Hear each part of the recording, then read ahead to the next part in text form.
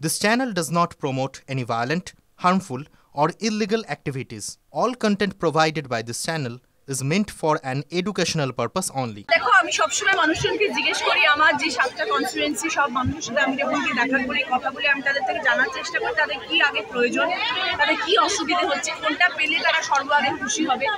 তো সব মানুষের ছোট ছোট চাহিদা আছে, তো একটা করে যে চাহিদাগুলো সম্পূর্ণ করতে পারি তাহলে মনে হবে যে হ্যাঁ ঠিকঠাক করে কাজ এগোচ্ছে। তো আমার এখানে দাসপুরে ওরা চেয়েছিল যেখানে একটা ওয়াটার এটিএম হোক এবং ওদের তরফ থেকে অনেকবার অনুরোধ ছিল যে দিদি আপনি আমাদের এবার একটা ওয়াটার এটিএম তৈরি করুন। তো এরকম 3 জায়গায় আজকে আমাদের ওয়াটার এটিএম উদ্বোধন হলো, দাসপুরে হলো, বড়ালে হলেও, 3 জায়গায় হলো। আমি একা 3 জায়গায় মজুদ হতে পারলাম না, আমি এখান থেকে শুরু করলাম, তাই জন্য পর্দা দিয়ে বাকিগুলো উদ্বোধন হলো এবং সেখানকার মানুষরা সেইগুলো উদ্বোধন করেছে এবং 3টে ওয়াটার এটিএম আজকে আমার উদ্বোধন হলো এবং মানুষ খুশি হচ্ছেন চলতে ফিরতে। এই গরমের মধ্যে যদি মানুষকে রাস্তা দাঁড়িয়ে জল খাওয়ার ইচ্ছে হয়। কত টাকা উদ্বোধন হয়েছে? এখন টাকার হিসেবটা এই মুহূর্তে আমি বলতে পারবো না, কারণ এখন অনেক কিছু হয়েছে, পান্ডুয়ার জন্য অনেক কাজ করা হয়েছে এবছরে। একটা করে উদ্বোধন হবে, তারপর দেখা যাক কি দাঁড়াচ্ছে সবাই। বলছি দিদি, বিএসএফ জওয়ান পুন্নম কুমার সাউ তিনি পাকিস্তানের রেঞ্জারের হাতে আটক রয়েছেন, তার স্ত্রী অন্তঃসত্ত্বা, কি বলবেন? এখনও তো ছাড়া পেল না।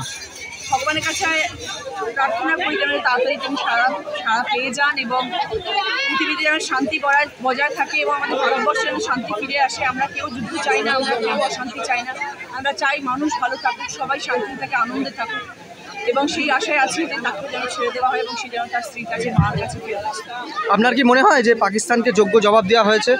হ্যাঁ নিশ্চয়ই, যেটা করা হয়েছিল একদম ঠিক করা হয়েছে, এটাই হওয়া উচিত ছিল এবং সেই জন্যই এটা হয়েছে এবং আগামী দিনে যেটা হবে সেটাও নিশ্চয়ই ভালোই হবে। বিরাট কোহলি অবসর নিয়েছেন টেস্ট ক্রিকেট থেকে, আপনি কতটা মিস করছেন? ভীষণ এটা খুব স্যাড একটা নিউজ আমাদের সকলের জন্য, বিকজ আমরা সবাই ওর ভীষণ ফ্যান, সারা পৃথিবীর লোক ওর ফ্যান। ও না খেললে টিভির পর্দা খুলে বিরাট খেলছে না, এটা একটা বিশাল বড় ব্যাপার। ভারত পাক দ্বৈরথের মধ্যেই তেলের দাম বেড়ে গেল, এটা আবার একটা ব্যাড নিউজ। কিছু গুড নিউজ, কিছু ব্যাড নিউজ। এটা আরও একটা ব্যাড নিউজ, মানুষের জন্য খুব অসুবিধার কারণ এবং সাধারণ মানুষের জন্য আরও অসুবিধার কারণ যত মূল্য বৃদ্ধি হবে সাধারণ মানুষ, যারা মিডল ক্লাস মানুষ, লোয়ার মিডল ক্লাস মানুষ, সবার জন্য খুব অসুবিধা। আপনি কি মনে করেন যে পাক অধিকৃত কাশ্মীর ভারতের দখল করে নেওয়া উচিত এই মুহূর্তে? নিশ্চয়ই উচিত, পিওকে আমাদের আসা উচিত।